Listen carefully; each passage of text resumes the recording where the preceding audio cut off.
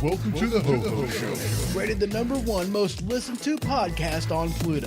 So join us now as we discuss news, politics, current events, and so much more. So clear the airways and strap in as we defend the Constitution, because freedom matters.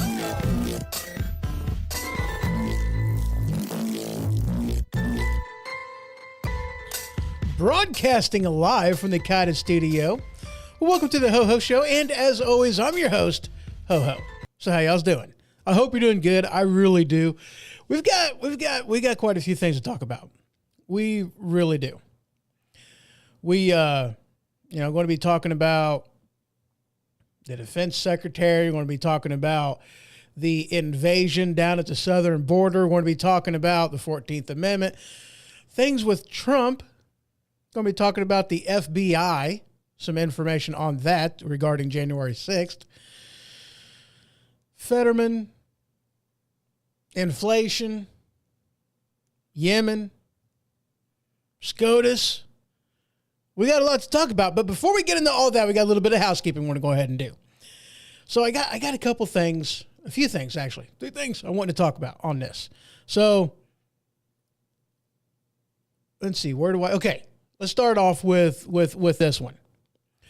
Spreaker is my podcast hosting platform.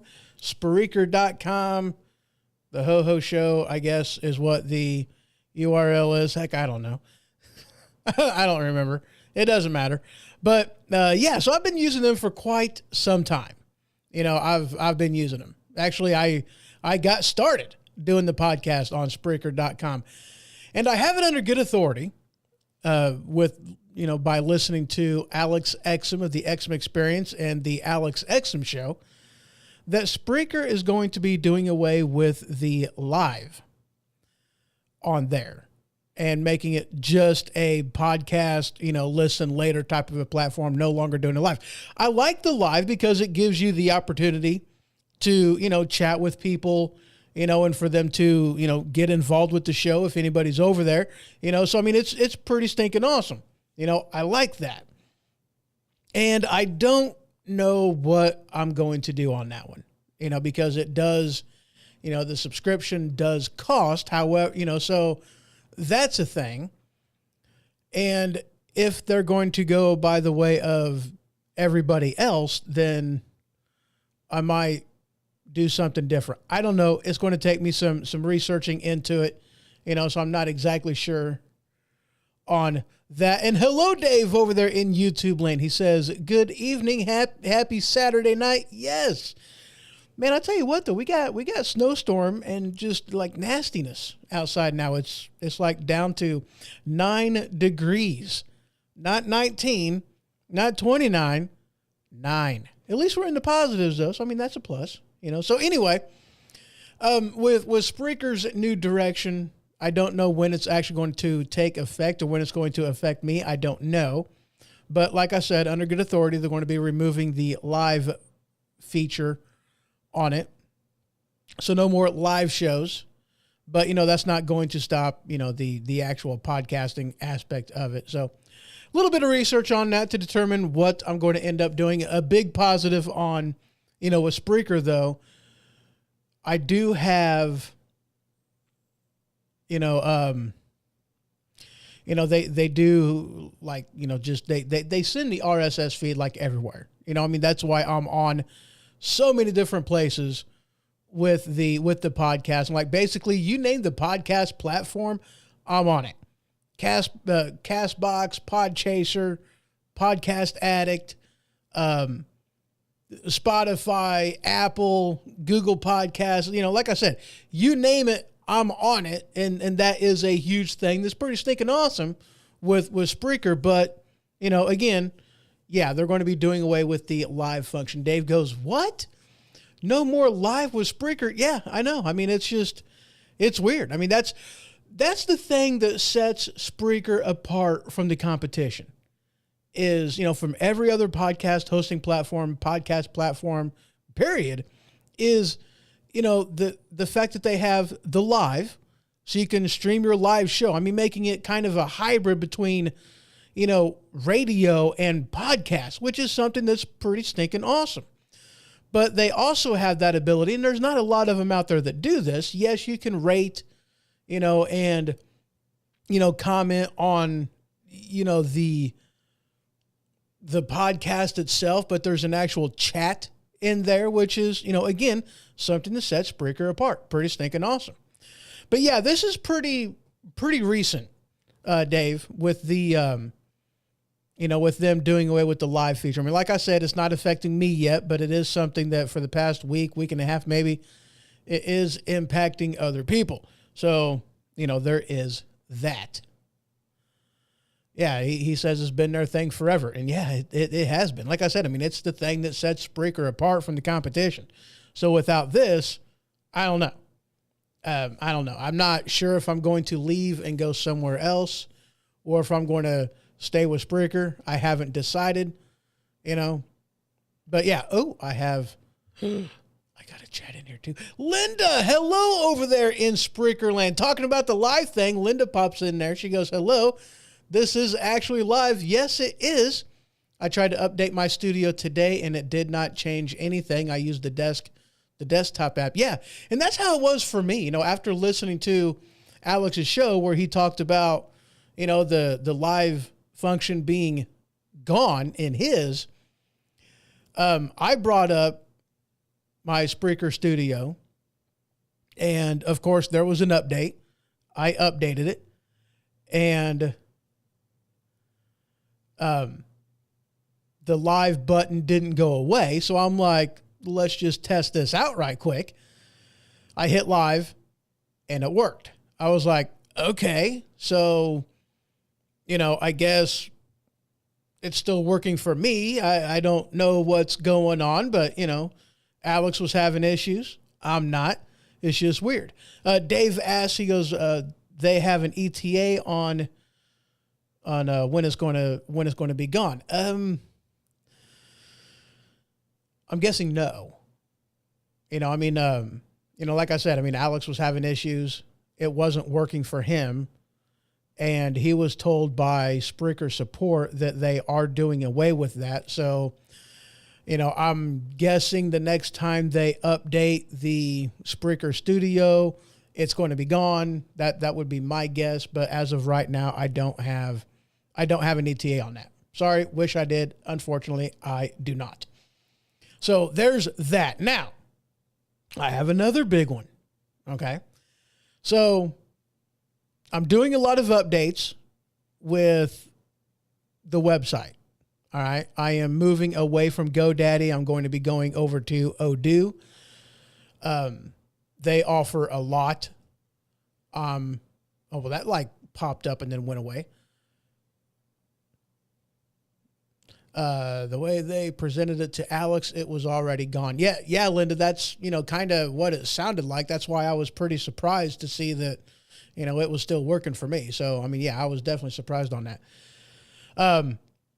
But yeah, I'm doing a lot of updates on the website. I am getting everything fine-tuned, and very, very soon I'm going to be, you know, on Odoo with, you know, the websites, all of them. You know, I'm talking HoHo Studios. I'm talking the HoHoShow.com. I'm talking that just went weird. Okay. And I'm talking Black Mirror Podcast. All of it is going to be over there. I'm working on it. It's like, holy crap, there's a lot. I didn't realize that I've had, doing this for, 7 years. I've done a lot on that. So it's taken me a little bit of time to get everything transferred over. But, there's definitely a lot going on with that. And, just doing some fine tuning. And as soon as I get done with that, then that will all be going live. Technically speaking, it's live now. If you go to the hohostudios.com, you can kind of get into all of it and see the progression, but it's not attached to the other websites yet. It's going to be, forwarding to where the domain, the URL is going to stay the same. It's just going to be going to a different place. And it's going to save me a lot of money. I'm excited about that. I like saving myself money. I mean, that's fantastic. Everybody likes saving money. And hello, Brian, over there in YouTube land. He goes, bippity boppity boo. What's up with you? Hey, that rhyme. That's awesome. A lot going on, man. All kinds of stuff going on. Linda says, sounds like an exciting time for you. Yeah, it's pretty exciting. I'm liking it. I'm having fun with it. All right, next bit of stuff.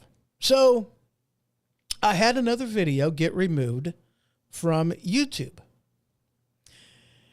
Now, here's the thing that's weird.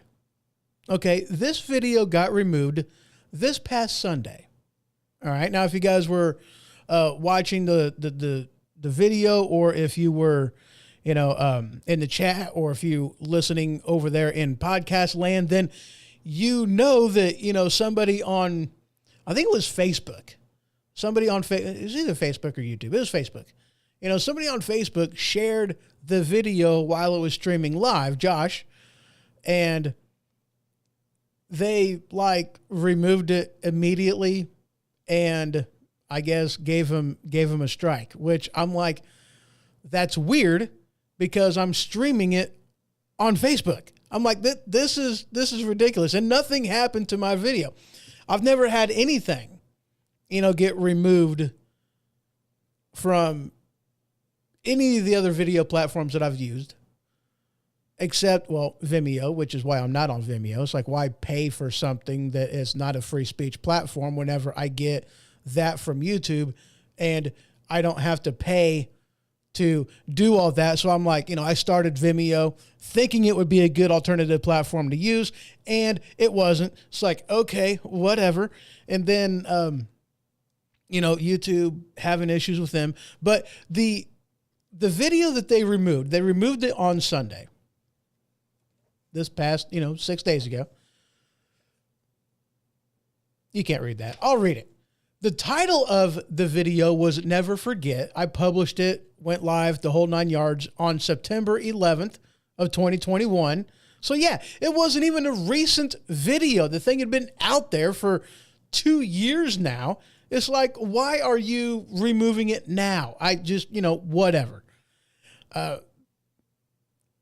So yeah, I thought that whole thing was stinking ridiculous. And because of that made me look into Rumble.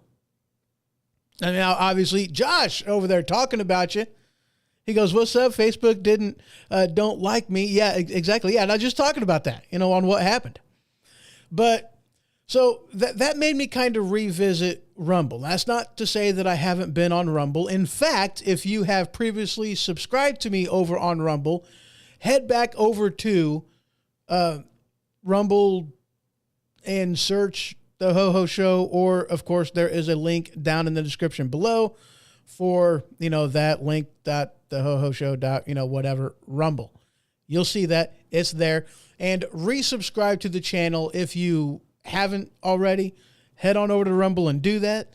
Just in case a video gets removed on elsewhere, then you'll definitely be able to see it over on Rumble, because it is a free speech platform. Because I've totally redid the channel. I removed some things, and I'm like, you know what, the heck with this. I'll just shut the channel down and then start it back up again. So that's what I did to get rid of the junk that I didn't want on there. Because, what I'd been doing previously was, I just linked my YouTube to where it would automatically propagate over on Rumble, which isn't a bad thing. But, if YouTube removes something, then it's gone from Rumble as well. And I'm like, yeah, no. So now I am streaming not only on YouTube, the video aspect of all this, on YouTube, on Facebook, on Twitter or X. I am on Kick.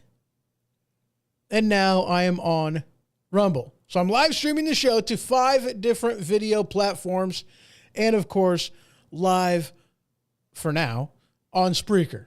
Spreaker.com. And hello, Dave, over there. He's now on Spreaker. Very, very awesome. So yeah, let's see. Anything else I got? Let's see. I talked about the that. Talked about the that. Talked about the that. Talked about. Okay. So yeah, head on over to rumble.com. Ho Ho Show or the Ho Ho Show. I don't know. What does it say? I'll bring it up. The Ho Ho Show, I guess. So yeah, there you go. That's what it is. All right, let's see. All right, that's all I got for my, housekeeping update stuff to talk about. So now we're going to go ahead and take a quick break. Oh, I got to take a drink. I just had a frog in my throat. That was unexpected. So we're going to go ahead and take a quick break. And when I return, we are going to be getting into news and stuff. Because like I said, there's a lot to talk about. And as the title would, lead you to believe, there is something huge to talk about. Not going to get into it right now. That's what we're going to be covering in the last segment. So, yeah, something huge to talk about. We'll get into it. But before that, we're taking a quick break. See you in a couple minutes.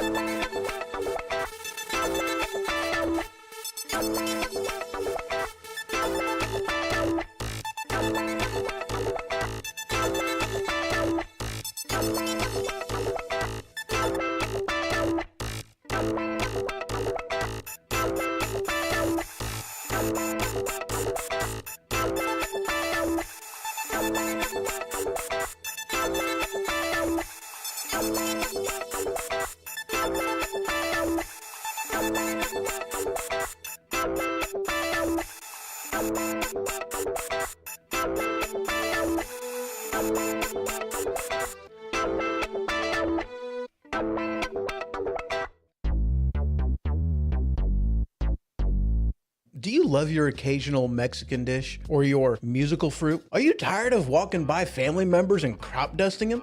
Well, if this has ever happened to you, might I introduce you to Tampons brand butt plugs. Tampons brand butt plugs is that particular type of butt plug that allows you to walk in public in confidence knowing that you're not going to accidentally crop dust somebody. Tampons brand butt plugs now with the plastic applicator. Not just for women anymore. Tampons brand butt plugs.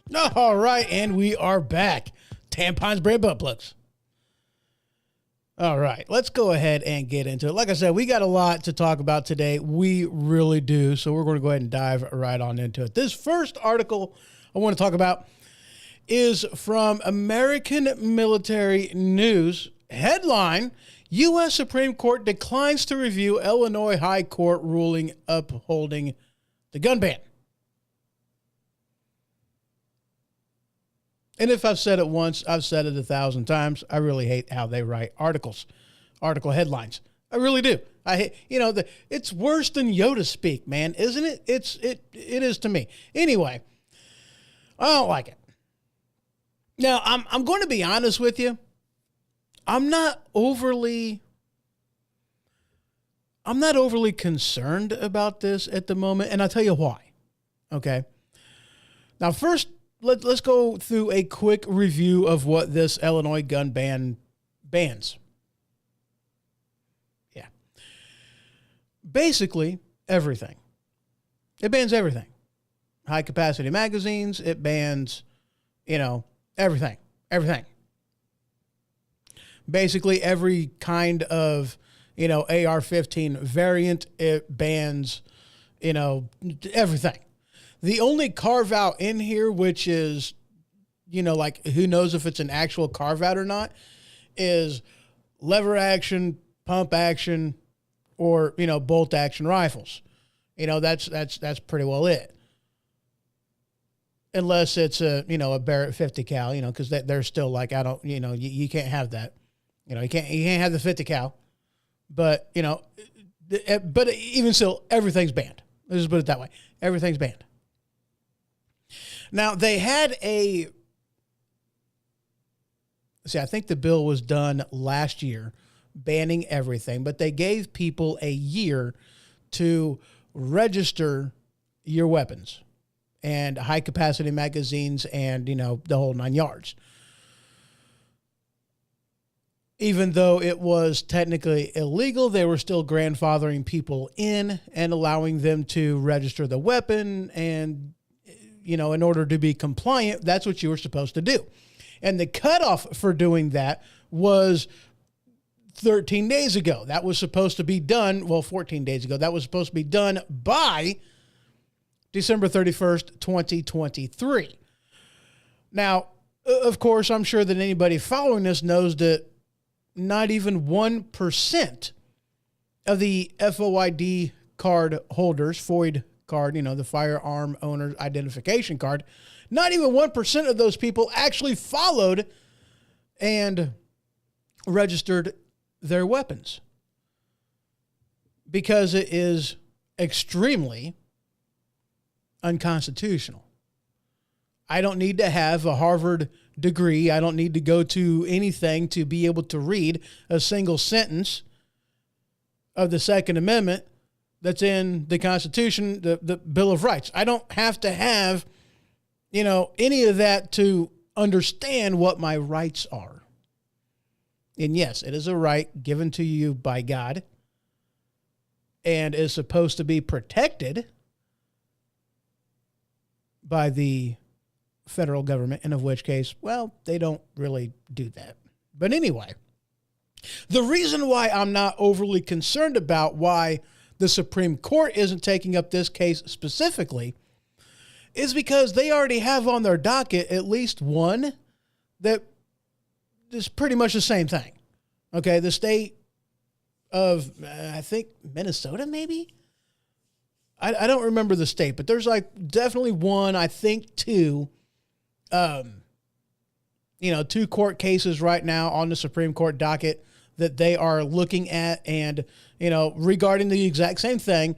So, like I said, I'm not overly concerned that the Supreme Court isn't picking this case up specifically, because how they rule on those other cases will directly affect this one.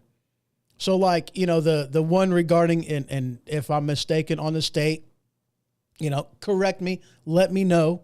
It's an oversight, but detail that doesn't exactly matter, because if they rule in favor of the Constitution and the Second Amendment and your God-given right to protect yourself, then that's going to directly affect the Illinois gun ban.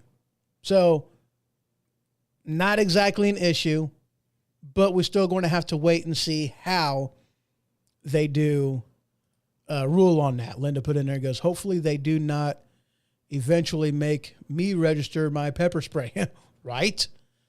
I mean, that's just, yeah. And, I mean, just the ridiculousness of some of that stuff. I mean, we talked about this on the last episode, and I've talked about it before quite a few different times. But, yeah, it's just, it's ridiculous, especially with this one. It really is. All right, moving on. Here we go. And speaking of constitutional stuff, oops, that ain't supposed to get it. There we go.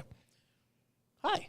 So, this article from The Intercept. Let's go ahead and pull that one up. Headline, Biden's strikes in Yemen are unconstitutional, bipartisan members of Congress say. The headline talks about, of course, well, let's just read it. It'll give you some details in here. The U.S. and U.K. led a series of airstrikes in Yemen on Thursday evening, setting off alarms globally about how the attacks play into the smoldering regional risk of conflict, including a stream of questions from Congress about whether Joe Biden was legally authorized to conduct the strikes at all. And the article does continue, but let's just talk about this. See, here's the thing. On the founding of our nation, the Constitution stated that, yes, the president is the executive branch and is commander-in-chief over the military. His job is to faithfully execute the laws of the land. Military is part of that ability to execute the laws of the land. However, they do have limitations on what exactly the president can do.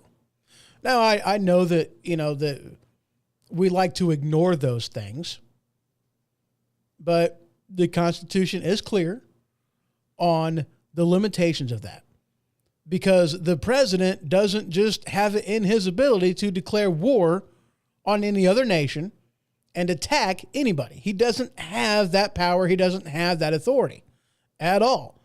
That authority was given to Congress. Now, in the absence of Congress, the president can retaliate, if we are attacked, but there is also a time limit on that. In fact, okay, let me stop, rewind, play. The whole reason behind this is they did not want the president to become a dictator and impose his will on the people. That was a big, huge aspect of it. That's why, posse comitatus is a thing, with not having the military operate within the borders, in the mainland, that's a thing. And there's also a limit as to how long the standing army is supposed to be in place. According to the Constitution, that is 2 years. Anything after 2 years, it must be approved again through Congress. Anything after 2 years. Now, there's a carve out on that for the Air Force and the Navy, and I don't really have an issue with that. For the simple fact is, you're talking specialized equipment. Not quite so much with the Army, but definitely with the Air Force, definitely with the Navy. A lot of specialized equipment. These people need to be trained up so they know what they're doing, But as far as the Army goes, he doesn't have unfettered ability to just do whatever he wants to with the Army. Not at all. Doesn't have that power, doesn't have that ability at all. All right? Get it? Got it? Good. So the constitutionality of this, considering, yes, our allies were attacked. Yes, they're dealing with it. But that doesn't necessarily give the president the ability to do that. The right, the constitutionality of it, whatever. Okay? Doesn't give him the right. Now, before you ask the question, is anything going to happen? No, nothing's going to happen, and we all know it. Yeah, he did something he ain't supposed to, but Biden's been doing something he ain't supposed to be doing for a while. So, yeah, nothing's going to happen. Nothing's going to happen. But definitely, okay, and here's the thing. Pay attention to what's going on over there. Things are escalating. You know, okay, here's kind of the thing of it. You know, the closer we get to conflicts that, you know, global conflicts that are happening, and you know, I'm not necessarily talking, you know, having, you know, allies, that things are happening to allies. I'm just more or less talking, you know, we are, you know, our Navy and whatnot, we are getting over in these places. We are putting boots on the ground in various embassies and whatnot. We're getting troops closer for security reasons. We're doing that. But the closer we get to this, especially considering in these countries how little they like the United States, the more we are opening ourselves up to some sort of an attack that we're going to have to respond to. And they're going to have, in a matter of speaking, every right to respond to it. Pay attention to what's going on over there. Pay attention to what's going on in Israel. Pay attention to what's going on, you know, in Yemen and all these other different places, because pay attention. You know, pay attention. Pay attention. That's all I can say. Pay attention. Moving on. This headline from the Daily Signal. This is something that we really haven't talked about recently at all, but information, good information, and I don't really think people are thinking this through. I know I didn't. You know, it was kind of one of them things, once I had read an article about it, I mean, now granted, I knew, but it was still an aspect of sometimes until you read an article about something, you don't really think about it. It doesn't bring the issue to the foreground of your thoughts, if you know what I mean. So this headline from the Daily Signal, analysis ties surge in inflation to increased spending. Well, duh. Well, duh.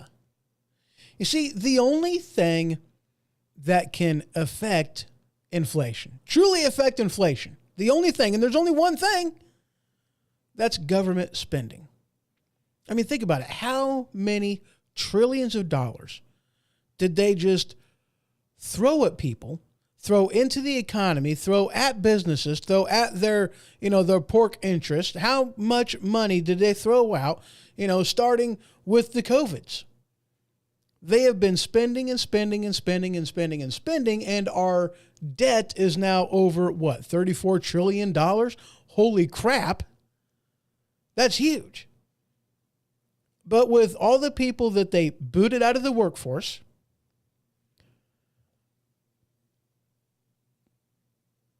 and with all the money that they were throwing into the economy,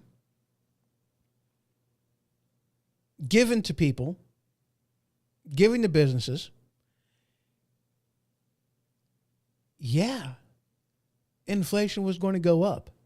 I mean, how could you think inflation wasn't going to go up? If money flows into the economy naturally, then there's no risk of inflation. But when money is just printed and then thrown out there, then you got problems. That's why we're in the boat that we're in with inflation. That's why they really, you know, and here's the thing too. It's not really going to go down. It's kind of one of the things I've been hearing. It's not going to go down. And it's going to take some time before things start leveling out. I don't want to say normalizing, because I really don't want this to be the new normal, if you know what I mean. I mean, come on. This stuff's ridiculous. And the only reason why a lot of people, I don't want to say a lot of people, there's a reason why they're not reporting on this the way that they should be, because they changed the metrics. You know, they changed the metrics by which they measure, the ways that they measure inflation, you know, because they don't look at the price of energy. They don't look at the price of gas. You know, they changed the metrics of this thing. So, I mean, if you take a dollars to donuts, not an apples to oranges version, but, you know, dollar to donuts version outlook on inflation, you'll see that inflation is like, what, 16%? Something like that? I mean, it's freaking ridiculous. It really is. A lot higher than what it was under any other administration at any other point in history. It's ridiculous.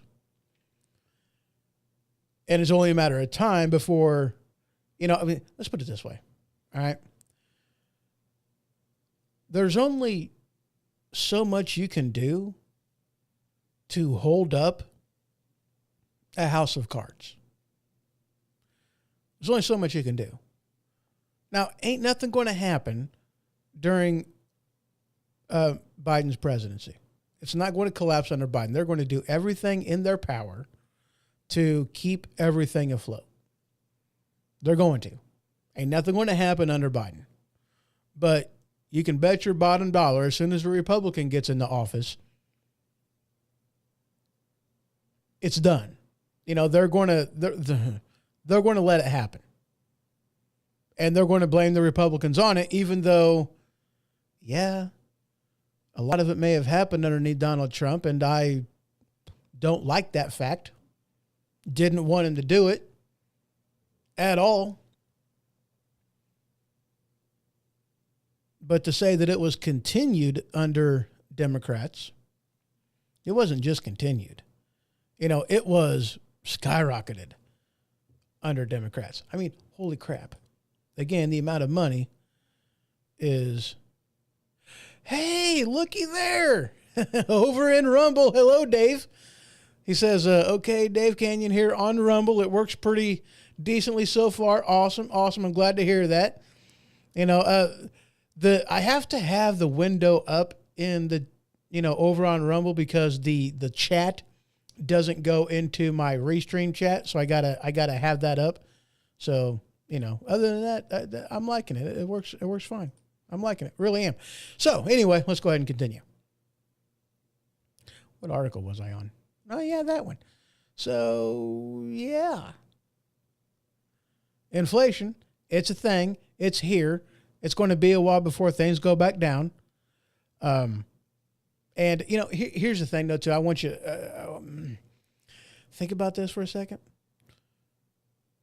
The weight right now is massive. There's only so many supports they can put in there. There's only so many things they can do to prop up the economy. Once it starts going, it's going to go, and it's going to go hard. It really is. It's going to go hard. That's not me saying it. This is economist that says this. This is something that I've been kind of keeping an eyeball on for a while. Things aren't looking good. Do what you can to prepare. And, just protect yourself. Protect yourself. Have some, some diversify, I guess you can say. Diversify. And I know that's a hard thing to do. It really is. If you ain't got a lot, it's really hard to spread that out a bit. Put eggs in different baskets. But, just keep an eye out. Keep an eye out. Moving on. This next headline. Okay, and I had to laugh about this. All right, I had to laugh about this. I don't have a lot of love for Fetterman. I really don't. Senator out of Pennsylvania. I ain't got a lot of love for him at all. But this headline from Fox News, Fetterman blasts South Africa genocide case against Israel and unrest. Crime set this one out. Yeah, again, I really do hate how they write headlines. Basically, Africa was, talking about Israel and what they were doing, and they were like, just dissing Israel on what happened. And Fetterman's like, sit down, shut up. This ain't your country. This is Israel's business. Get out of it. Stay out of it. And in which case, that's freaking awesome. I liked that. Very much so. And we should kind of take note on that instead of, us trying to tell them or anybody trying to tell Israel what to do, how to do it, stand down, let them get away with genocide, stay out of it. It ain't your fight. It ain't your business. If you ain't going to support them, it's kind of like what Mom used to say. If you can't say nothing nice, shut the hell up. I mean, is that simple? Isn't it? Is that simple? But, okay. At the election, Fetterman had some issues. Had a stroke, had some issues. And ever since then, you listen to the guy, and he's sounding more and more like a conservative, isn't he? I mean, like, I haven't really been paying attention to how he's been voting, but just some of the things that he's been saying through some of the, news platforms and interviews that he's done, he's sounding kind of conservative over there. I'm kind of surprised on some of that. I haven't really been paying attention to how he's been voting. I haven't looked that up in quite some time. And I'm not saying we have an ally in Fetterman, but, hey, I was very much against his whole violation of the dress code thing and them having to, say, okay, Fetterman, you can wear whatever you want to, cargo shorts and a hoodie to come into the Senate instead of wearing the apparel you're supposed to. I was definitely against that. It's like, good grief, dude. I mean, that was ridiculous. That was uncalled for, and they should have never given him that, that form of leniency. Never should have. Have some respect for the office. Have some respect for what it is you're doing and who you're representing. If you're not going to respect yourself enough, have some respect for that. Respect the office. And Fetterman couldn't do that. Anyway. Yeah. All right, we're going to go ahead and take another quick break. And when I return, we're going to be talking FBI, Hunter Biden, and we're going to be talking about what's going on in the Trump circle. Because there's some stuff to talk about, some information, some news that has been coming out, and we're going to be talking about that on the other side of the break. So just another couple minutes. I'll be right back.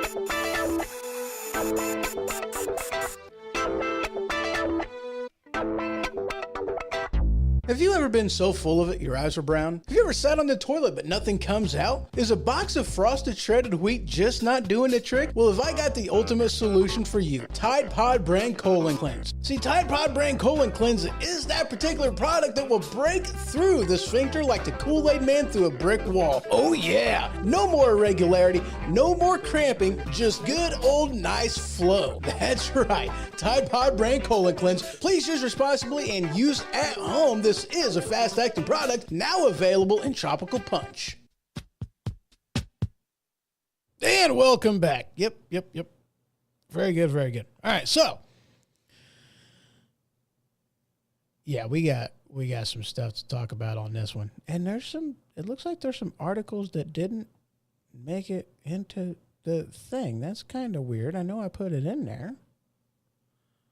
A huge thing.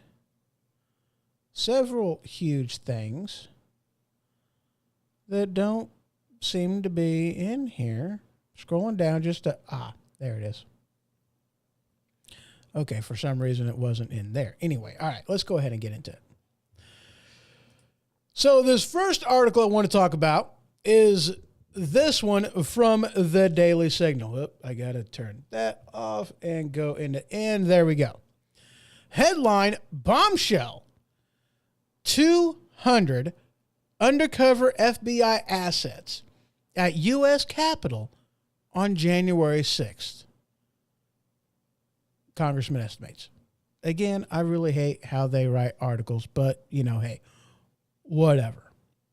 The more we find out about this, the more interesting it gets. Who was it? There was a guy that, wasn't even at the Capitol.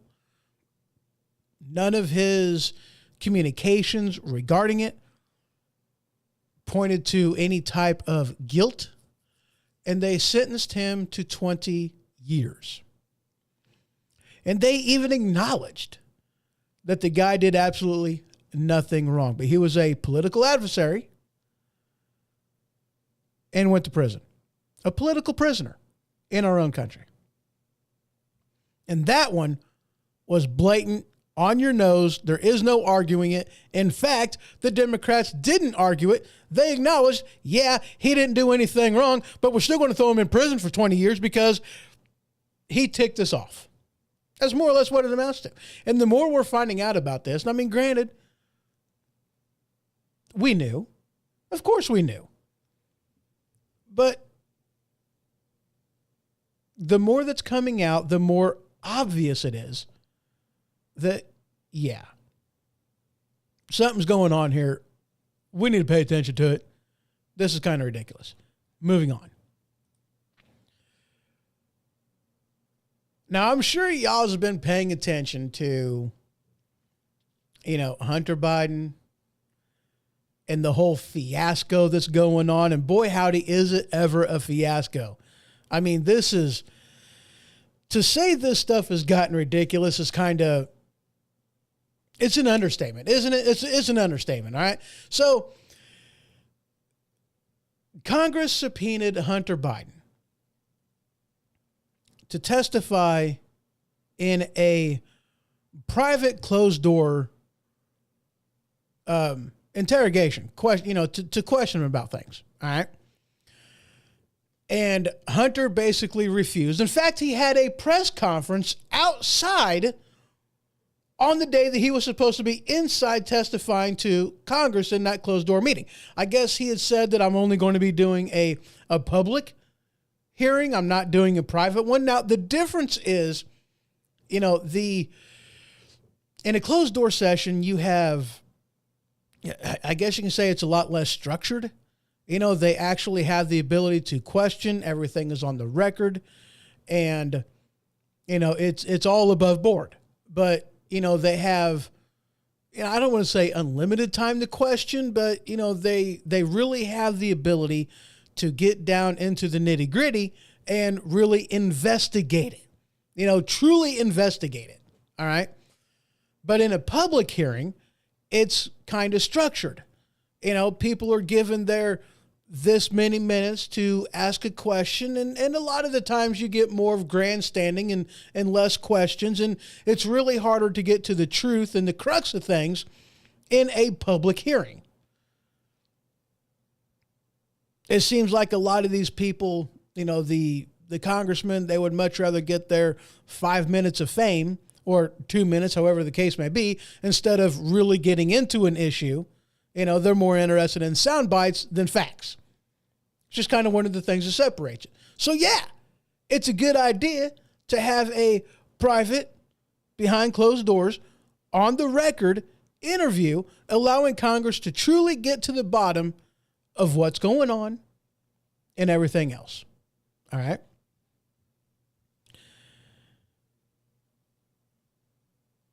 This headline from National Review. Hunter pled guilty to tax charges. And, okay, so so we talked about when he was subpoenaed to testify. He was outside and had a press conference. And then something else happened. They were having a hearing on charging Hunter with contempt of court, or contempt of Congress, actually. And while this was going on, Hunter Biden decided to show up with a cameraman. Because apparently he's doing a documentary about this whole thing. He walked in, he mean mugged the proceedings. And I got to show you this because this, to me, just kind of cracked me up, all right? Check this out, okay? Now, this is my thing for the magazine over on Flipboard. If you head to thehohoshow.com, just click on that newsfeed tab. You'll see my magazine on Flipboard. That's my go-to hub. This is the cover image for that. You see his scowl right here, his frown. You can see the cameraman that's behind him. Yeah, he's absolutely showing contempt of Congress by showing up in this manner with a cameraman. How childish can you be?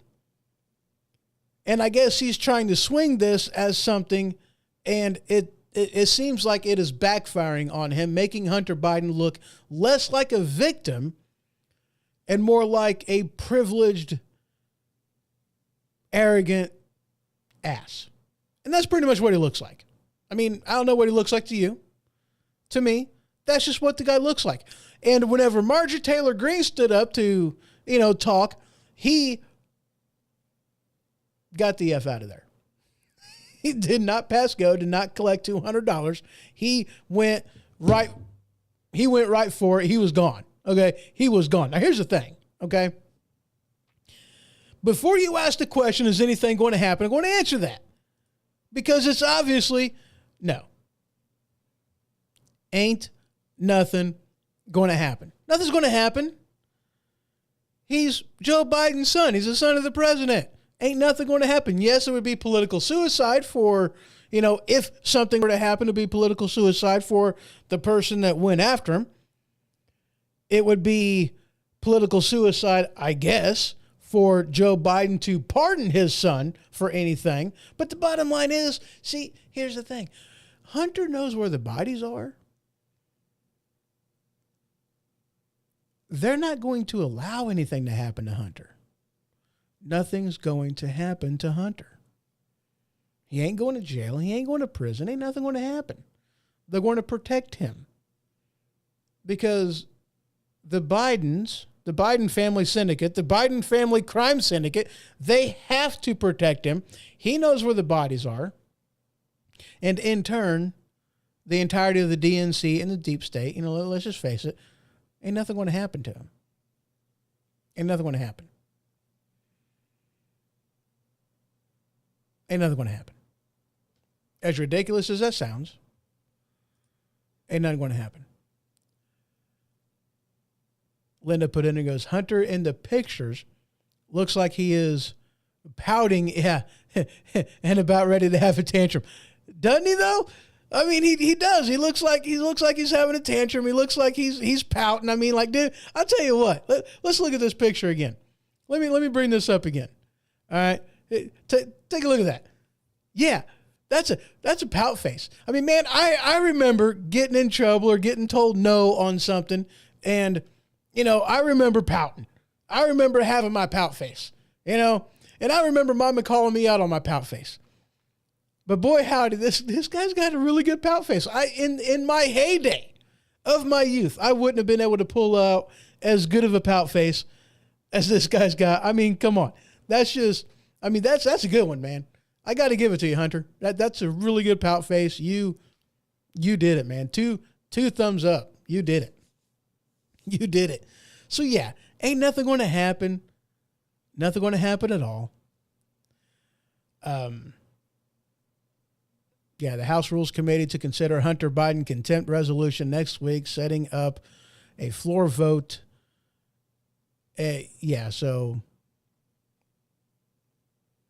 And here's the thing, guys, okay? What is the Attorney General?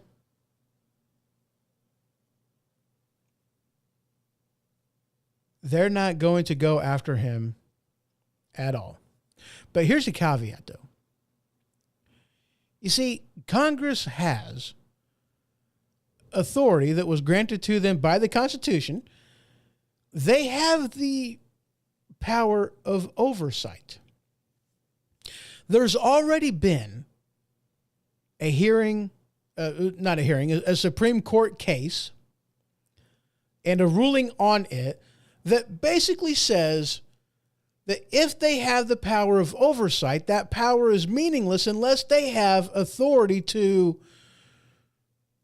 do something about it whenever people fail to abide by subpoenas, like in the case of what Hunter Biden did. So what's that guy called? The master at arms, what's that guy called? The officer that's basically in the room, or the officers that's in the room. They had the authority right then and there because he was stupid enough to walk into the room. They had the authority to lock him up, detain him, arrest him right then and there. Congress has the power to do that. Sergeant at Arms. Thank you, Linda. Man, I got a good audience. Thank you. I appreciate that. Sergeant at Arms. Yes, he had the right, or she, but the Sergeant at Arms has the right, the power, the authority, and they could have done something right then and there. He was in contempt of Congress. I mean, granted, yes, they hadn't voted on it. Yes, they hadn't made that official ruling. But even still, he violated the subpoena.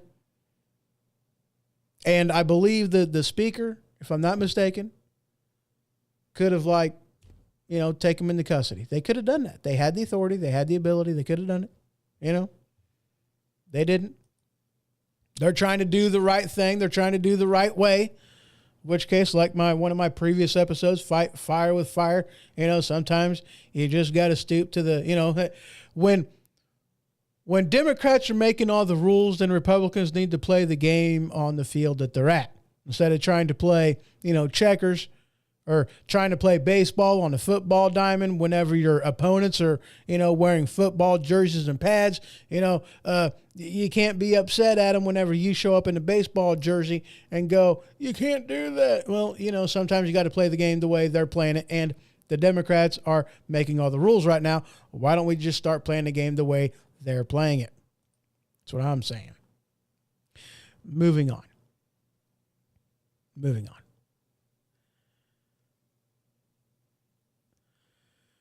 This headline from Just the News.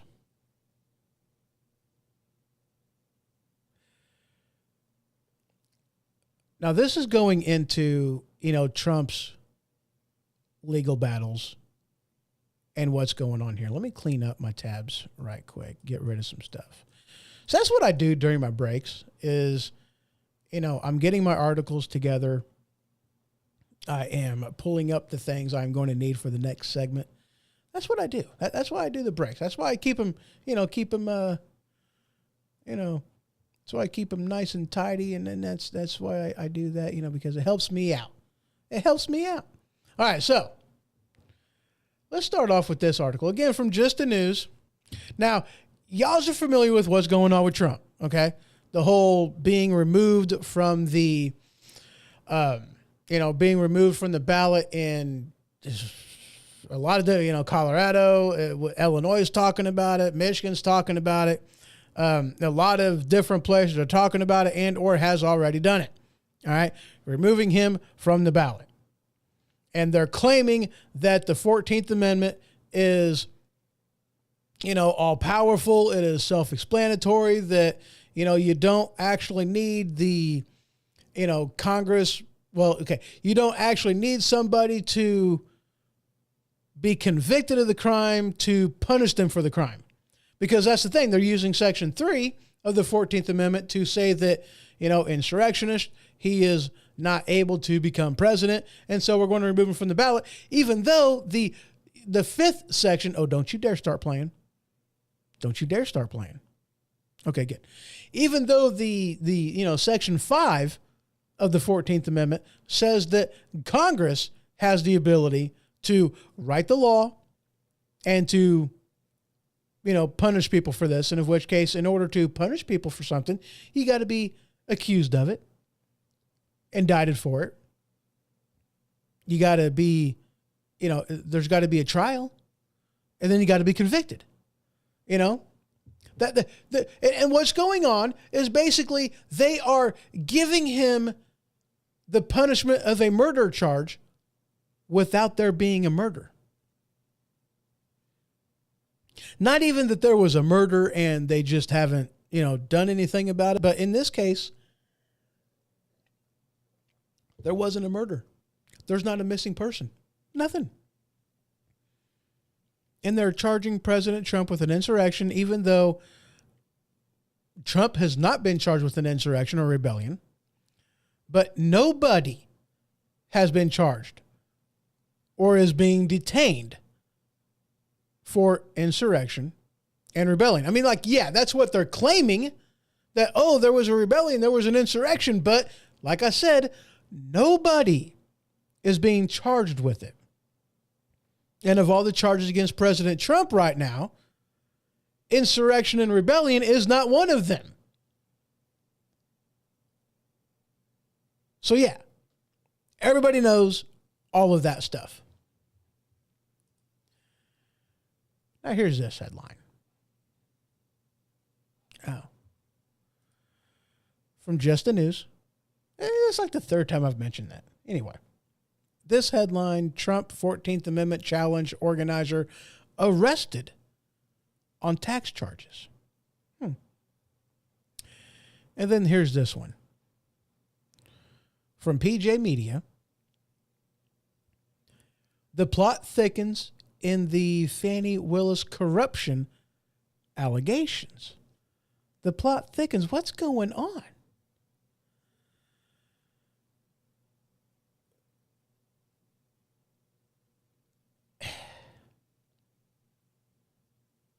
We're going to go with this one, Fani Willis. I'm sure that if y'all have been paying attention at all, a little something about this. But man, I'll tell you what, this is just it's a mess. All right, I mean, it's a mess. There ain't no other way to put it. It's a freaking mess. It's a mess. It's a mess.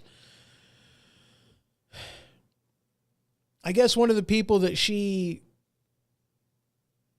had investigating this, wasn't even, not qualified for it.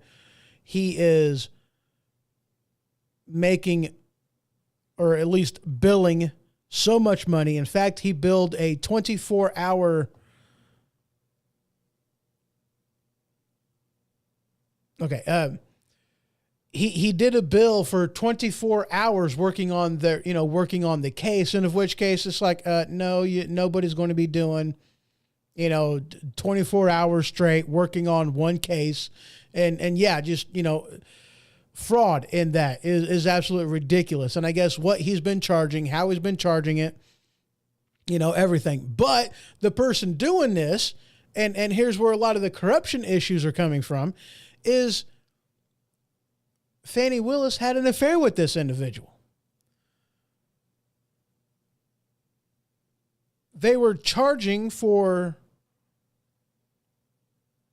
trips to the White House, where they were meeting with Biden or some high level of his administration. Relations, just all kinds of things. All right, let's just say that there's a lot going on here. Okay, there's a lot going on here.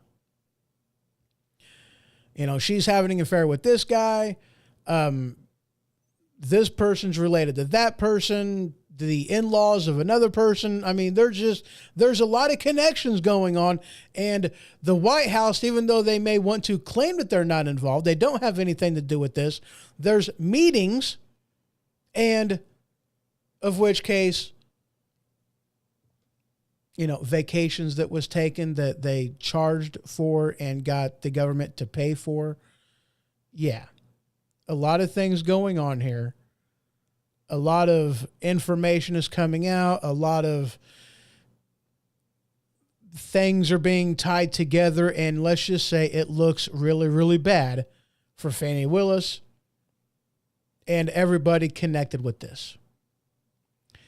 I kind of wonder at this point how much longer these are going to be going on as far as the lawsuits against Trump. How long are these things going to be going on? That's what my question is, because I don't know. With all this crap that's going out, with all of the connections that are being made as far as the people involved in this that are going after Trump, it's not looking good for them. And that's not even to mention that 80% of his New York, his DC charges, maybe New York or DC charges, whichever, 90% of it is, past the statute of limitations. And they, Mar-a-Lago being down in Florida, but yet he's being tried in either New York or DC. I don't remember which, but it doesn't even matter, because what does DC or New York have to do with happenings down in Florida? And you can't say that there's a crime if everybody in the party is happy and satisfied with how things happened. Then there is no crime, but yet he's being punished for it anyway. I mean, this whole thing is ridiculous as it gets. Isn't it? It's as ridiculous as it gets. Yeah. It is that bad.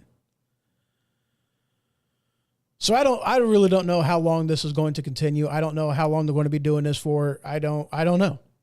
I would like to say that they're going to be dropping all these things, but I don't know. I mean, Trump definitely has a case to go after the prosecutors. How would he not? And I would be surprised if nothing happens from this. Any legal action whatsoever, I would be surprised if nothing happens. I'd be really surprised. Moving on. What else we got? Okay. Yeah. Hey. We're almost there. All right. I got one more segment. I'm going to take another quick break so I can bring up the things that I need to. And then we are going to be talking about the huge information that I've got. And we're going to tie it in with with definitely one other thing, because we're going to be talking about the invasion at the border, the border crisis.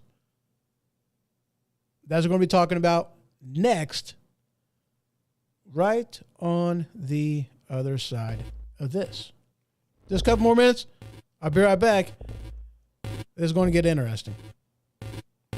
Woo.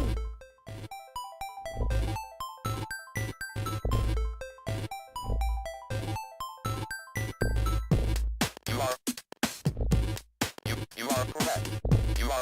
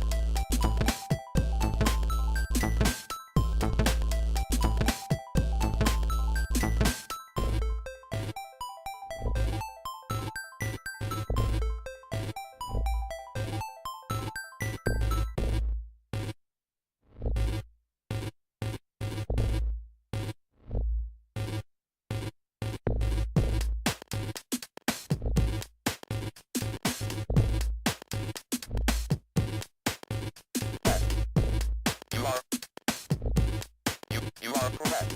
You are correct. You are correct.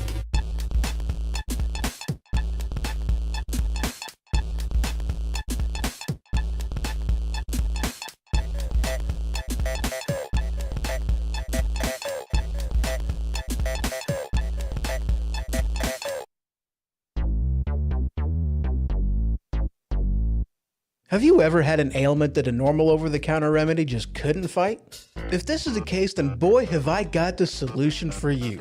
Tussin. That's right, Tussin. Cough? Tussin. Cold? Tussin. Runny nose? Tussin. Itchy watery eyes? Tussin. Broken leg? Tussin. Tussin is the ultimate cure-all, guaranteed to stop anything that ails you. Tussin. Available wherever OTCs are sold. All right. And we're back. So this next segment, this is where it gets interesting, guys. This is where it gets interesting. All right. We're talking immigration. We're talking invasion. We're talking what's going on at the southern border. We're talking how just absolutely out of control everything is. I mean, holy crap. But first, okay, do you trust the administration? Do you trust the administration? If you do, I'm sorry. What's wrong with you? I mean, I don't know. I mean, I guess there's a few things I can ask on that one. I mean, I don't know. It's just, how can you trust them? I asked that because of this right here. This headline from New York Post, and I'm sure some of you may be aware of this, but do you understand the implications? Headline: Lloyd Austin, cancer chicanery shows White House can't be trusted on Biden's health. Yeah. You see, the Secretary of, what was he? The Defense Secretary. All right. He disappeared. All right. Disappeared. In the hospital, they say that he was conducting business on his laptop while he was in the hospital, but diagnosed with cancer, in which case, hey, I hope everything works out. But here's the thing. He wasn't able to fulfill his duties for a time. Disappeared, MIA. Gone. Nobody told anybody. If Biden or the administration knew, everybody kept their mouth shut about it. But here's why this is a big deal. What's going on, Israel, Middle East in general, Yemen, this guy is like, he's part of the chain of command. All right. as in a relatively big part of the chain of command.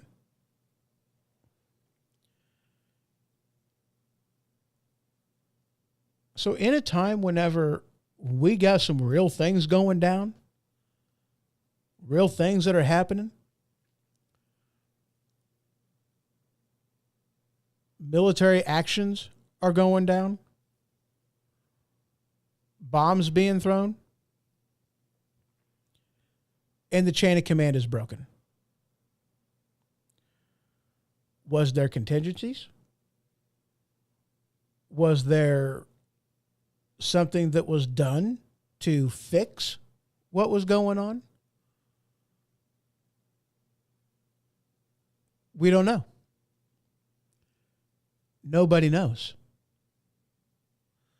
And you see this going on, and it's like, how can you trust the mainstream media? How can you trust the White House in general on any of it?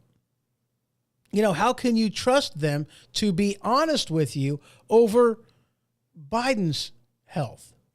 I mean, everybody knows that Biden's health is whack. Okay, everybody knows he has issues. He has cognitive issues.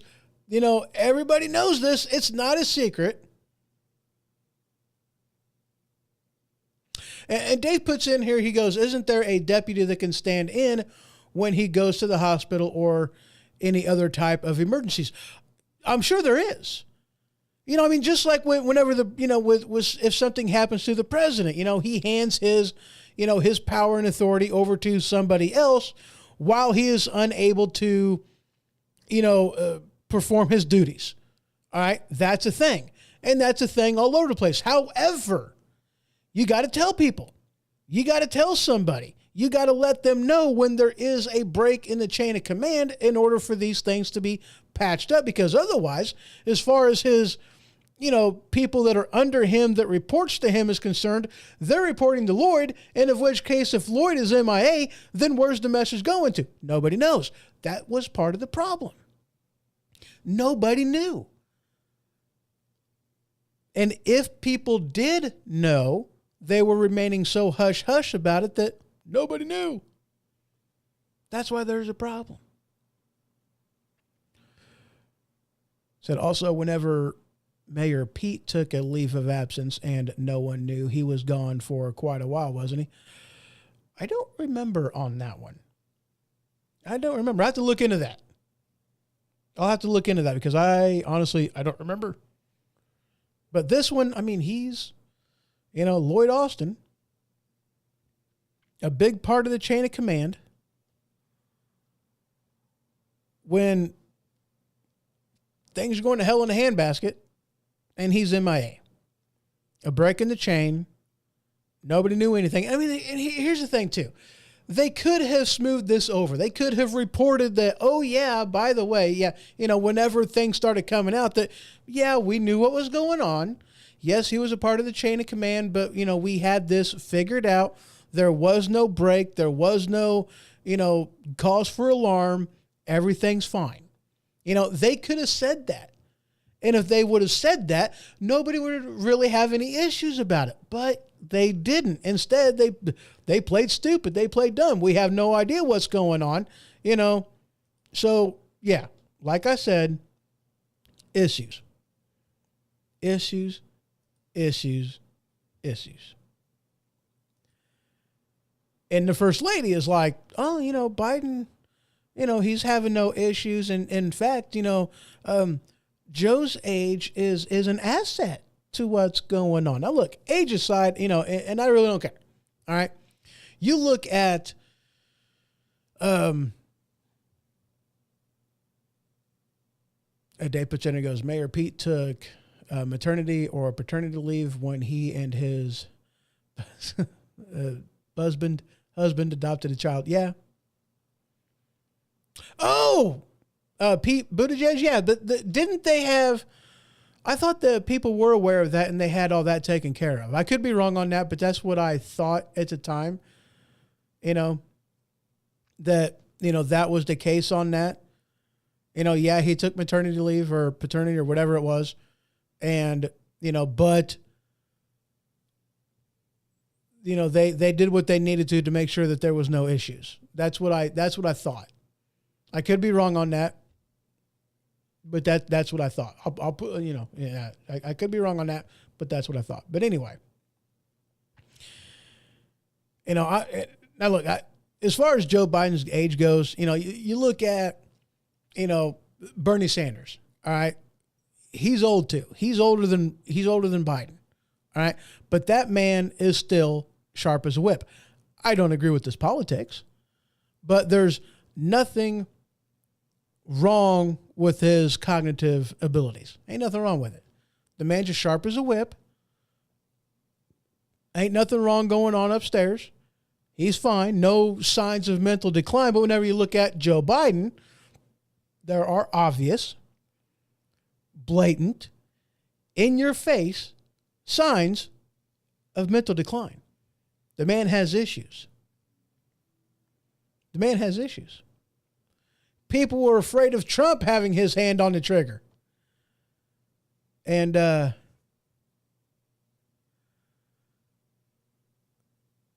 going to ignore Joe Biden. Dave Pitzinger, that was the time when supply chain issues, okay, that's right, first came to the forefront. Remember those ships out there in the harbor and Long Beach that weren't getting unloaded? You're right. There was issues there. But, that's the thing, though. Okay, I don't know how much of that had to do with, him leaving, going on leave, or if that was just pure and simple incompetence, period. I mean, let's face it, he was, let's see, some position he held in Indiana, if I'm not mistaken. And like the only thing that he really, as far as transportation goes, was he filled a few potholes on the road, and that was about it.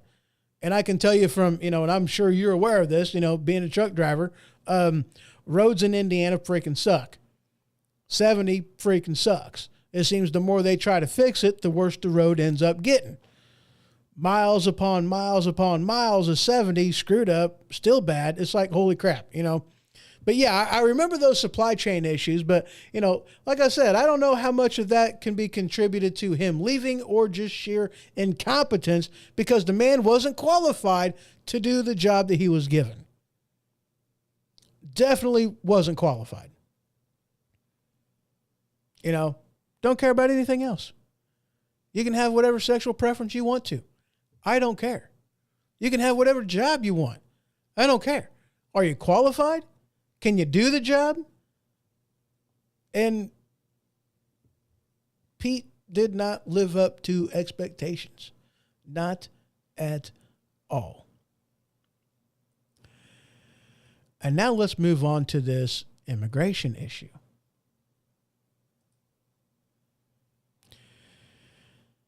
Jerry Nadler says that we need these immigrants here because if they're not here, who are we going to have to pick all the vegetables? They're going to rot. Article from Daily Caller. I seen that and I just had to laugh. I tell you what, some of these politicians, just, man, they say some stupid stuff. Now look, I know, let me take a drink.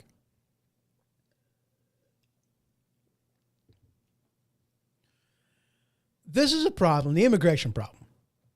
All right. This has been a problem for quite some time. All right. That's what they've been complaining about and saying since like the 80s. Okay. Because remember during Reagan's presidency, the left wanted amnesty. The right said, or Reagan said, give me a wall. And well, they got amnesty. They got no wall, or we got no wall. Didn't happen. My issue is you have people like AOC. She's a big one. Hear her bitch, moan, and complain about how some Border Patrol agents were doing their job. and complaining about this, that, and the other. Oh, separating, family members and yada, yada, blah, blah. And, how dare you do your job and, whatever. And it's like, honey, you want to talk about doing your job? It's Congress that makes the immigration laws. Why are you going to go after this person for doing his job, claiming the entire time since the 80s that the immigration system is broken, and yet you haven't done anything to fix it on your end? You want a better system, write a law that makes a better system. In the meantime, don't go after this guy because he's doing his job. He's enforcing the law that you wrote in the way that you wrote it. I mean, that type, tick me off to no end. I don't understand how you can do that, how you can be that arrogant and ignorant at the same freaking time, going to complain to this person for him doing his job whenever you're sitting up there in the seat in Congress. Now, granted, she hasn't been in Congress since 1980. Granted. She's relatively new to the position. But that doesn't apply for a lot of the people that's in Congress. They've been there the entire time, having the ability to write better laws, to fix the system that they say is broken. Has anything happened? Have they fixed the system yet? No. Instead, they just keep complaining that it's broken, and then every so many years, we need amnesty again. And it has gotten out of hand. So bad, in fact, I seen this headline. I got to admit, I was not surprised. I really wasn't. In New York, they made a tent city. They had floodwaters came in. They needed to relocate the tent city. And they moved them inside a public school, forcing the students to go back to remote learning. Was it COVID related? No. You have citizens, taxpayers, paying for the school, for children to be educated. And instead of the children going to school to be educated, that was paid for by tax dollars, instead they kicked the students out of the school and allowed illegal aliens to stay there for free. Government, the city of New York, just put illegal aliens in front of everybody, in front of you, in front of our students. This article from the Washington Examiner says just that. Democrats force students out of school to make room for, they say, immigrants. They're not immigrants. They're illegal aliens. Let's get it right.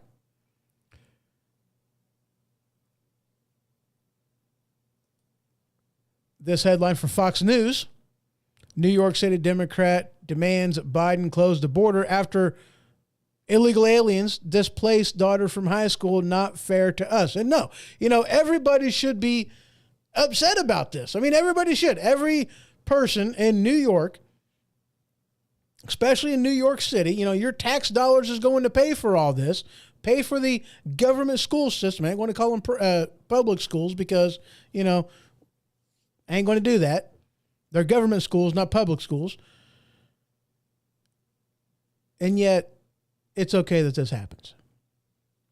And everybody is bitching, moaning, and complaining about, the immigrants, the aliens, the illegal aliens that are getting bussed over to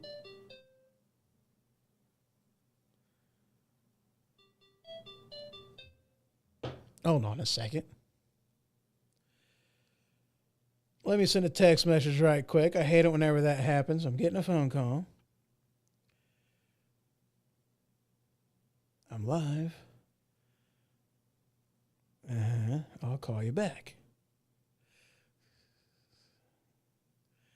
UBACK. There you go. There you go. So timestamp that one. There you go. All right. Back to it. Where was I? I'm right here. That's where I'm at. Anyway.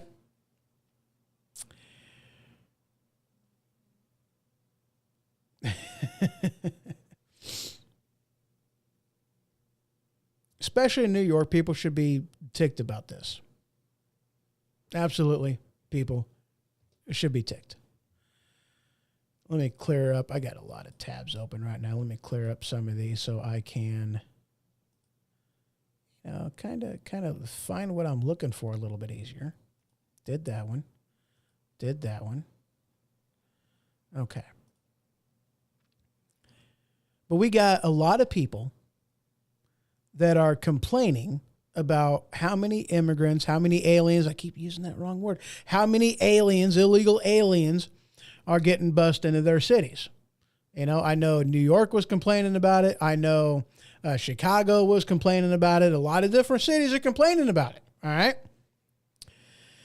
But here's the thing, peeps. Here's the thing.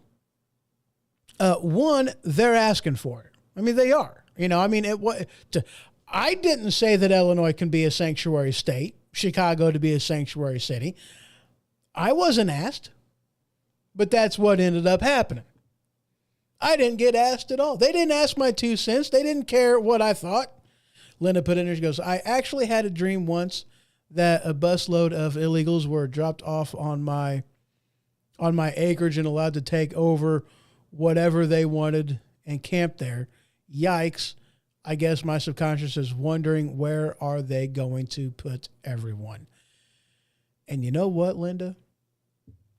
That's part of the problem. You see, the government doesn't like us. I'm kind of taking a sidetrack on this. I really am. But you know what? This is actually kind of important. All right. As per one of the 10 pillars of communism in the Communist Manifesto, they don't like you. And the government, they're all about this. They do not like you owning property. They are completely and 100% against the private ownership of land.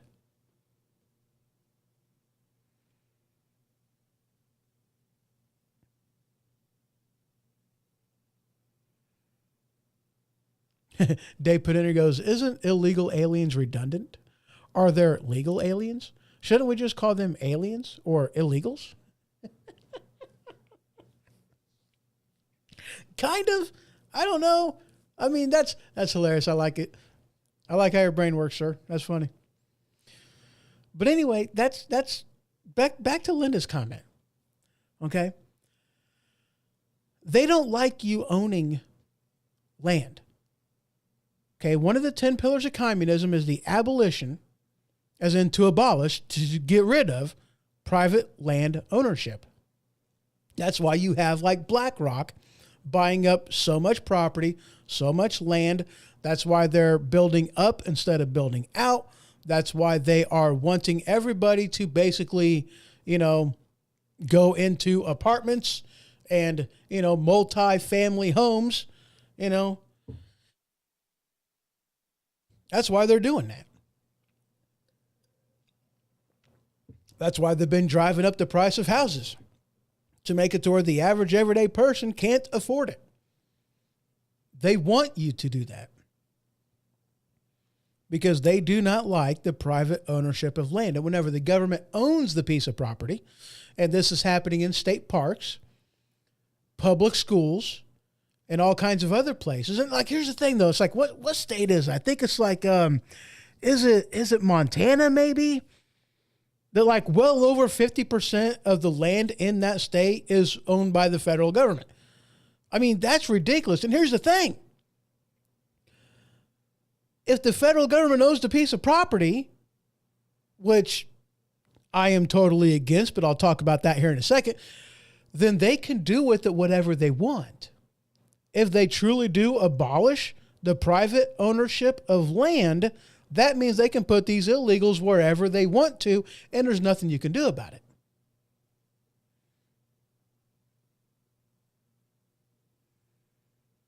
And I agree with you, Linda. She goes, dang blast it, I pay taxes, and the cost to maintain my land, it is mine. I agree with you. It is yours. And here's one of the things I was alluding to was that, okay, look, let me, okay. According to the Constitution, the only piece of land that the federal government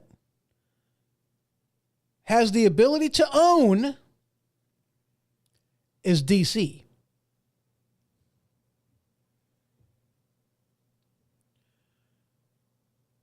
That's it. To the state of New York, that land belongs to New York. The government doesn't have authorization per the Constitution to own anything else. State parks, okay. Federal parks, they're supposed to be doing that. I mean, yeah, as what has happened, I guess the government can buy land. Now, I mean, that does still allow, for, federal bases, military bases, and that's all good, fine, and dandy. But even still, those I think are still supposed to be operated at least by the state. Owned and operated by, or at least owned by the state. I think they're supposed to be. But yeah, technically speaking, according to the Constitution, the only thing that the federal government can own when it comes to land is D.C., which isn't technically part of the U.S. That's why it's Washington District of Columbia. It doesn't count. That's why they don't have their own representation. That's why they don't have their own Congress people, because they're not part of America. It's a separate entity. Period. End of story. They ain't supposed to be owning land. But if they can get away with it, there you go. They can put them wherever they want to. And unfortunately, there's not a whole heck of a lot we can do about it. Now that brings me to this article. Yes, this issue is getting out of hand. It's getting way out of hand. This headline from, oh, get off of there. I don't care. This article from the Daily Mail. Headline: Mexico's 20 billion, with a B, billion demand from Biden to help fix the border mess. President AMLO asks for huge Latin American investment in return for helping migrants head north. See, they just said it. They're helping these migrants head north. They just said it right there in the headline. They're helping this happen. But here's the thing. Would they be coming up here if the border wasn't open? Would they be coming up there if they didn't have free health care, if they didn't get free education, if they didn't have free housing that we were paying for? Would they still be coming up here? The answer to that question is no. The federal government, let me give you a little bit of a civics lesson here. The federal government has 18 enumerated powers, as in there are 18 things that is specifically numbered in the Constitution that the federal government is supposed to be doing. One of those things is protecting the freaking border. Josh puts in here, he goes, we need to stop giving them the power because without us, our corrupt government is nothing. Exactly. So I guess the question is, with them doing all of this, I mean, I've told you before that the republic is dead. It doesn't exist anymore. We're supposed to have a representative republic, as in we elect people to go to Washington to represent us. Do they represent us? The answer to that question, simply put, is no. No, they don't. And to think that they do is to say that the stock person or the manager of Walmart is there to help you out. That the cashier is there to listen to you. Well, no. I mean, yeah, you going to Walmart and spending your money. Yeah, that pays their, that's what gives them the money. That's what they get paid based off of. But, your name, my name, we the people don't sign the check that goes to any of these representatives. Because from top to bottom, government is controlled by two private companies, the DNC and the RNC. They don't listen to us. They don't represent us. As much as you may like him, Ted Cruz, he listens to the RNC. The RNC is his boss.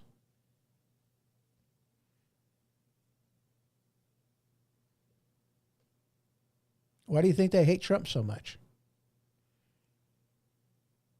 He's not part of the machine. Of course they hate him. We don't have a representative government anymore. Sorry to tell you that, but we don't. But as part of that 18 enumerated powers goes, part of the things that the federal government is supposed to be doing is protecting the border, protecting it from an invasion. And that's what we have going on there. Biden very easily, the administration very easily can stop this from happening. Enforce the laws. If you are not a country that has a border, then you don't have sovereignty and you are not a nation. We protect Ukraine's border better than we protect our own border. Good grief, we protect Canadians' border better than our border. We protect every other border better than we protect our own. Good grief, people.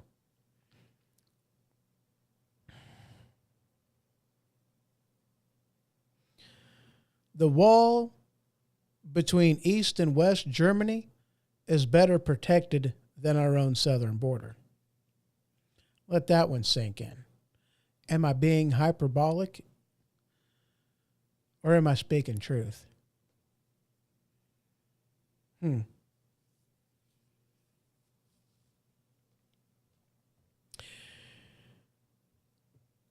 He can stop it.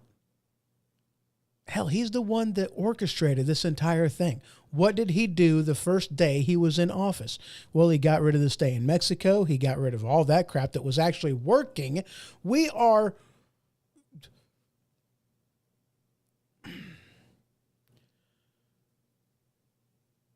With the amount of people going across the southern border, it's worse than it's ever been in any point in history. Period. End of story. It is. Look it up. It's pretty clear. Holy crap.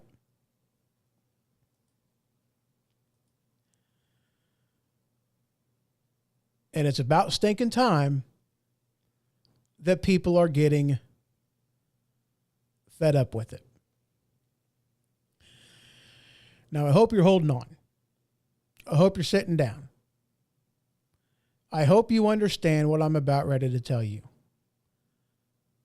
The title of this episode, This is Huge. And here is why. There's been something that a lot of people has kind of been waiting to see if it was going to happen, when it's going to happen, and how it's going to start. Well, here's this headline from CBS News. Texas blocks federal border agents from processing migrants in Eagle Pass Public Park. Did you hear me? Texas blocks federal border agents from processing migrants in Eagle Pass Public Park. Did you hear what I said? Let's go to this headline right here. Texas National Guard takes control of popular migrant crossing site. Bars federal border agents from area. Does that make it any clearer for you? That headline is from the National Review. Texas National Guard takes control of popular migrant crossing site, bars the federal border patrol agents from the area. Did you hear me?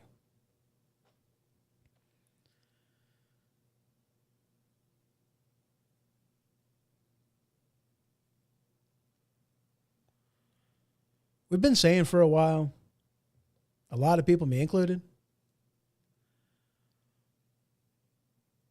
that we're in a soft civil war. And we are. A war being fought over the flow of information. That's why sites like Rumble are so important. That's why, we've been fighting with social media.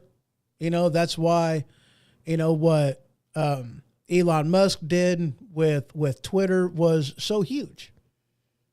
Because we are in a war for information. Who's going to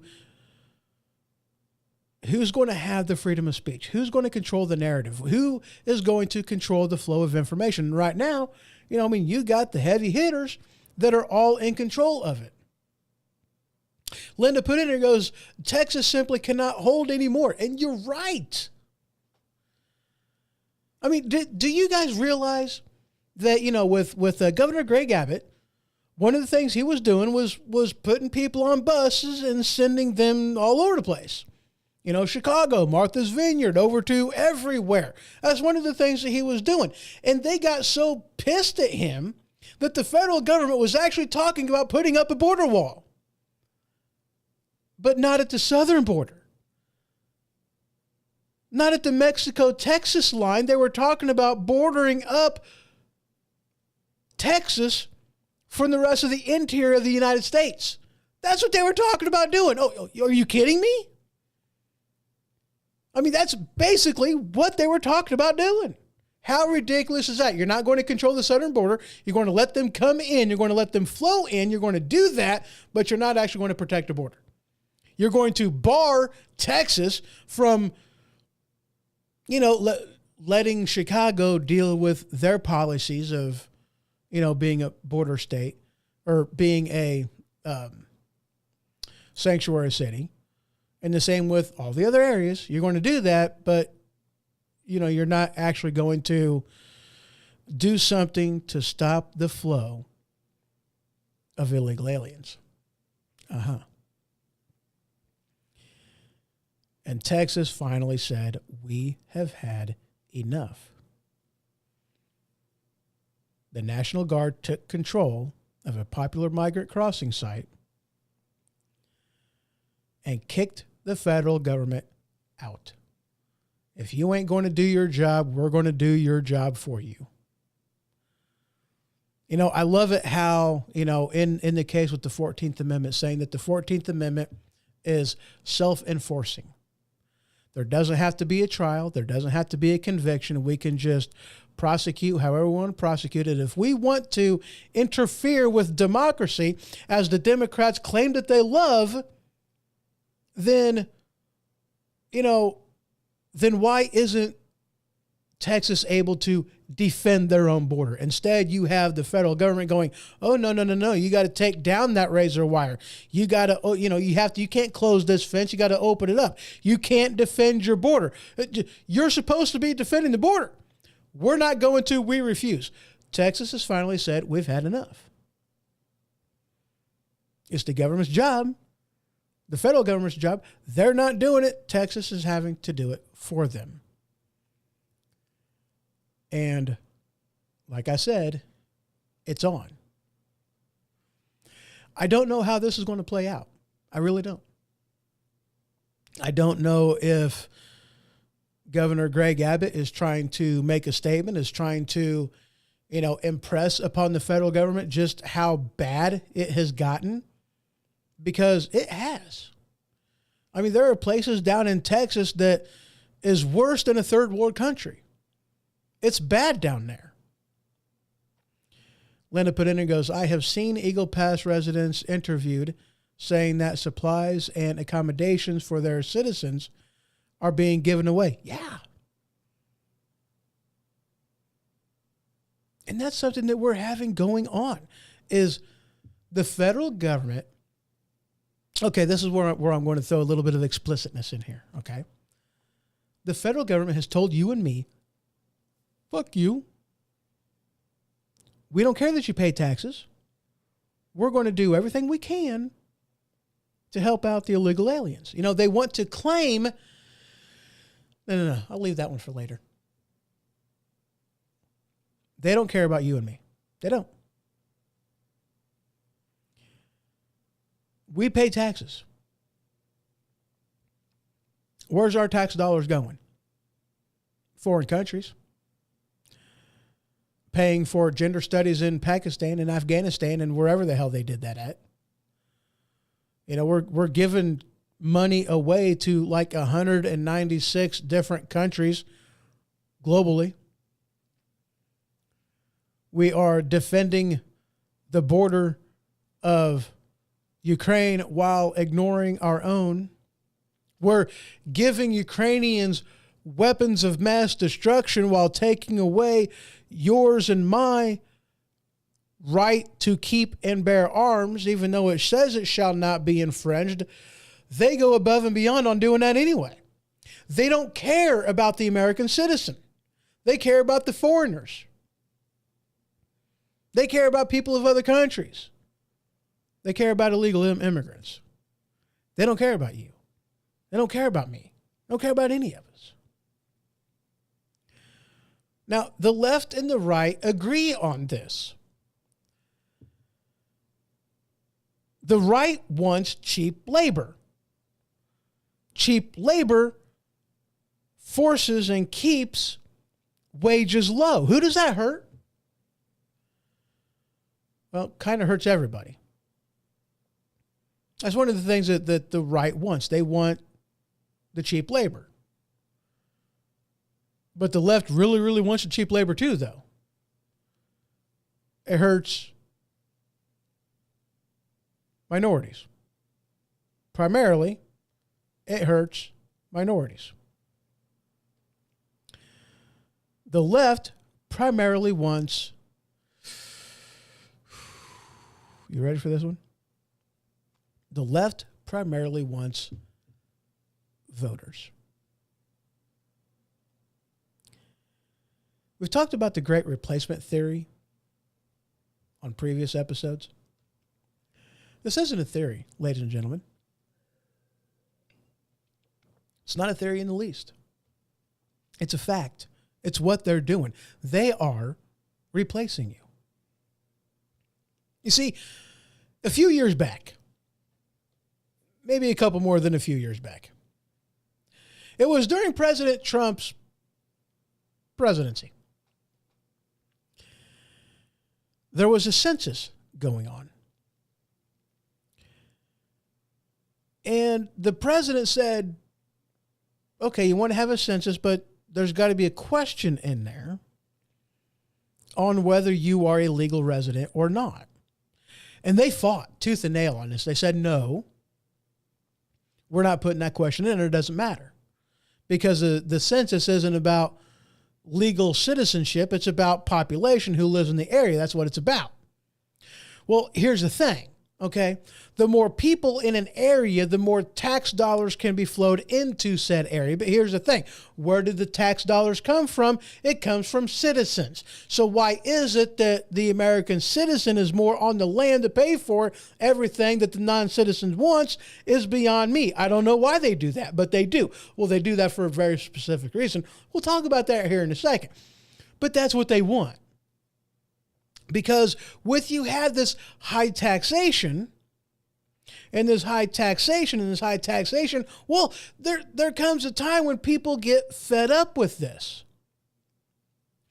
There are 3 states that has been having drastic decrease in their population: California, New York, and Illinois. Democrat-controlled states. They have had a decrease. Let me say that again. They've had a decrease in their population. People are fleeing these states by the droves. It's interesting that already we have had states lose seats in Congress. And other conservative states have been able to increase their seats in Congress. But, ooh, that's bad. That's very bad for the Democrats. Why is that bad for the Democrats, you may ask? Well, think about it. If they're only able to count citizens in states, people who are paying taxes and paying for, all the things that they want to pay for. If you and me are paying all these taxes, then and we decide that we're going to vote with our feet and get the F out of there and leave, well, that's a lower population that these states have.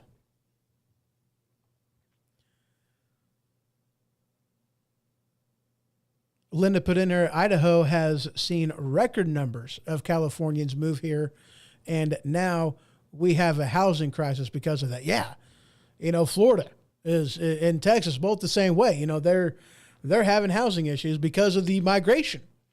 It's going on everywhere. People are leaving high taxation Democrat states, and they are flowing into lower taxes, Republican-run states. They're going from blue states to red states. It's the migration. But if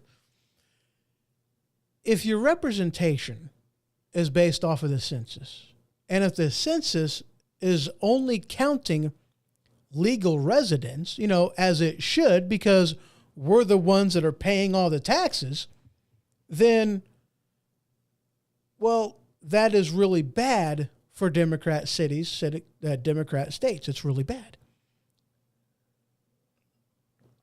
Because if they lose the population to justify the representation, then that means that's less electoral votes they have in the presidency. In order to combat that, they got to count illegal aliens. They got to count people that ain't paying taxes. They got to count people who are living off the government dole. They got to count people that don't know America, don't know the Constitution. They have no love for this country because their first act was breaking the laws of a sovereign nation. They don't care about us. The only thing they're coming here for is an opportunity. And I'm all for opportunity. I'm all for bettering yourself. I'm all for that. But if you're going to do it illegally, no. We have immigration in this country. We have the legal means by which to enter this country. People do it all the time. You can't love your country or a country you're going to and immediately break the rules and expect it just to be okay.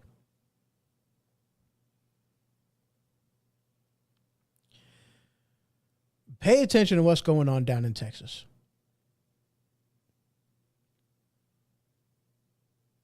I believe this started on, it was either Wednesday or Thursday. I don't remember which. You know what? I got the article in front of me. Let me just look. Let's see. On Thursday, Border Patrol agents tried to enter the area frequently used. And why are you just shut up? Okay. So, yeah, this happened on Thursday, and that was the 11th. So, yeah, on the 11th, there you go. That's whenever this happened. Holy crap, why are you doing that? There's a hiccup going on. There's a bug in the matrix. I think I got it fixed now. Wow. So, yeah. Pay attention to what's going on. Look at what's going on. This has the potential to end badly. I mean, it really does. Yes, I agree with what Texas is doing here. Absolutely, I agree with what Texas is doing, because if they are not going to defend the border, it's up to Texas to do it for them. I mean, it really is, and this, I mean, like, in all honesty, this isn't outside the spectrum of what they have the ability and power and authority to do. It's not. Or at least if it is, it shouldn't be. I mean, if the federal government is incapable of defending the nation, then, I mean, come on. It's up to the National Guard to do that. That's actually why the National Guard is there. That's why the militia is there. That's why we have that. That's why we have the right to keep and bear arms. When the federal government fails, it isn't our right, it isn't our ability, it's our duty to stand up and fill the void. I believe I read that somewhere in the Constitution. It is well within their right to do this.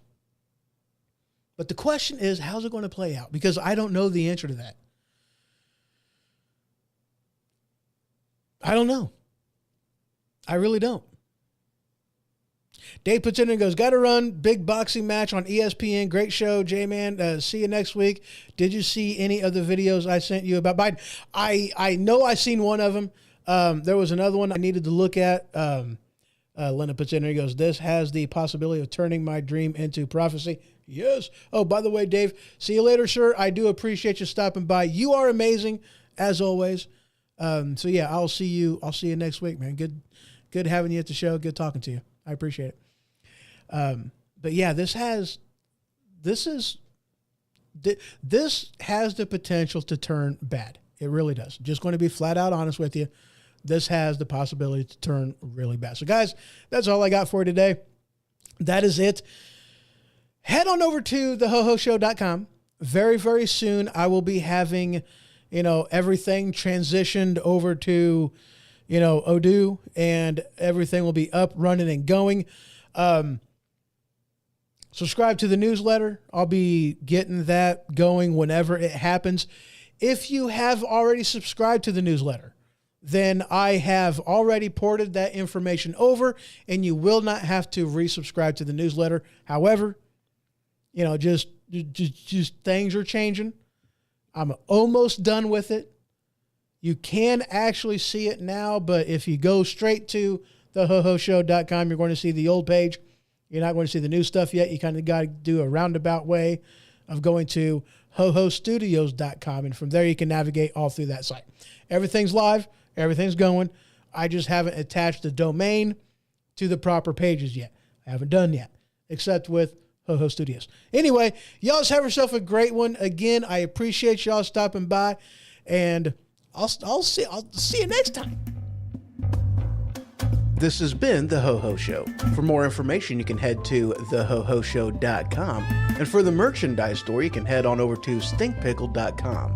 That is stinkpickle.com. Until next time.